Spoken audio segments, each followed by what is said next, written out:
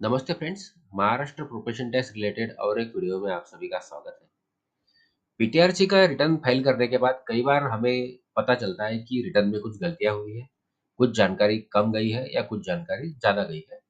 ऐसे में उस पीटीआरसी रिटर्न को हम रिवाइज भी कर सकते हैं। तो इस वीडियो में हम लोग समझने वाले हैं कि हम पीटीआरसी का रिटर्न किस तरीके से रिवाइज कर सकते हैं और उस रिवाइज रिटर्न को हम किस तरीके से महा जीएसटी के पोर्टल पर अपलोड कर सकते हैं। तो इसके लिए हमें सबसे पहले ज़रूरत पड़ेगी यूटिलिटी की। तो यहाँ मैंने पीटीआरसी रिटर्न की यूटिलिटी ओपन कर ली है। अब इसके अंदर हमें जो डिटेल्स भरनी होती है, वो तो वैसे ही भरनी होती है जैसे हम ओरिजिनल रिटर्न के समय भरते हैं। कुछ ऐसी बातें हैं जो ध्यान में रखनी होती है, इसे मैं आपको यहाँ बताता हूँ। अब यहाँ इस यूटिलिटी के अंदर हमें एक टाइप ऑफ रिटर्न वाला ऑप्शन दिखाई देता है। यहाँ जब हम टाइप ऑफ रिटर्न सिलेक्ट करेंगे, तो हमें यहाँ रिवाइज रिटर्न वाला ऑप्शन सिलेक्ट करना होगा।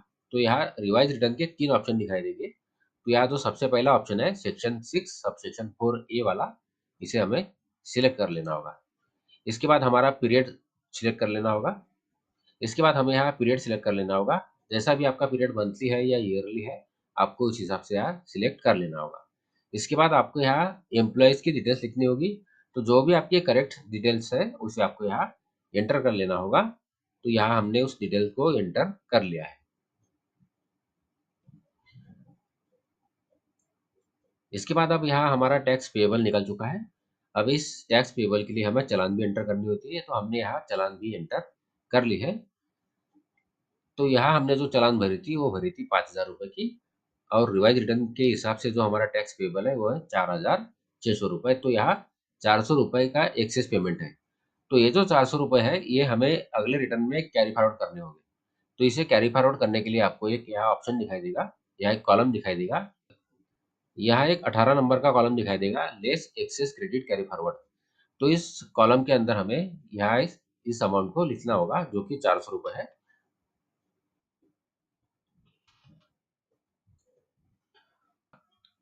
तो अगर आपको आपका एक्सेस क्रेडिट अगले महीनों में कैरी फॉरवर्ड करना है, तो आपको यहाँ 18 नंबर वाले कॉलम में इस अमाउंट को एंटर करनी होगी।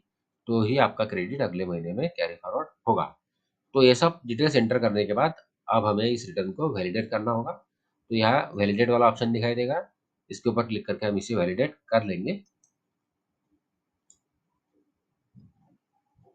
तो यहाँ अब ये फाइल वैलिडेट हो चुकी है और जो टेक्स्ट फाइल है, वो डेस्कटॉप के ऊपर जनरेट हो चुकी है, जिससे अब हमें महा जीएसटी के पोर्टल पर अपलोड करना होगा।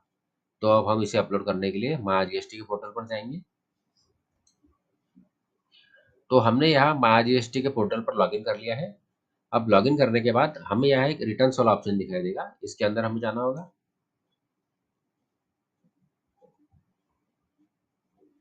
इसके बाद यहाँ एक ऑप्शन दिखाई देगा return submission other than VAT and CST. तो इस ऑप्शन के ऊपर हमें क्लिक करना होगा।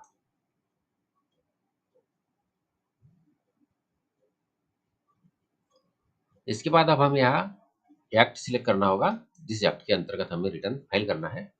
तो यहाँ हम पीटीआरसी का रिटर्न फाइल करेंगे, तो यहाँ पीटीआरसी एक्ट सिलेक्ट कर लेना होगा।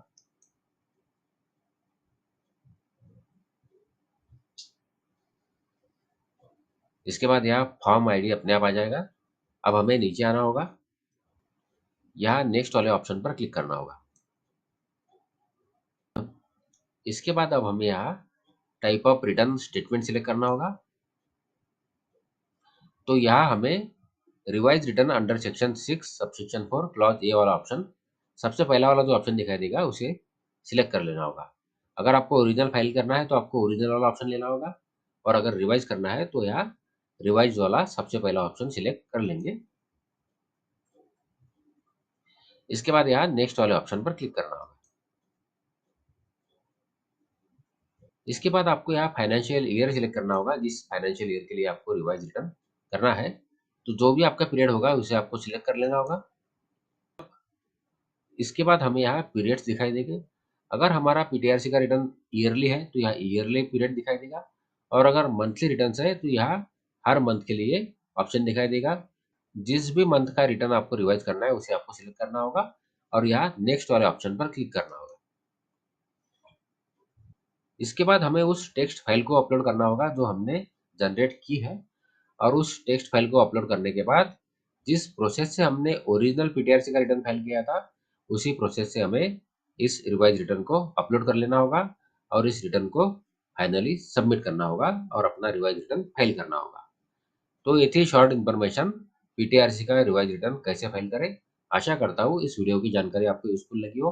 अगर इस वीडियो की जानकारी आपको यूज़फुल लगी है तो वीडियो को लाइक करिए, चैनल को सब्सक्राइब करिए। धन्यवाद।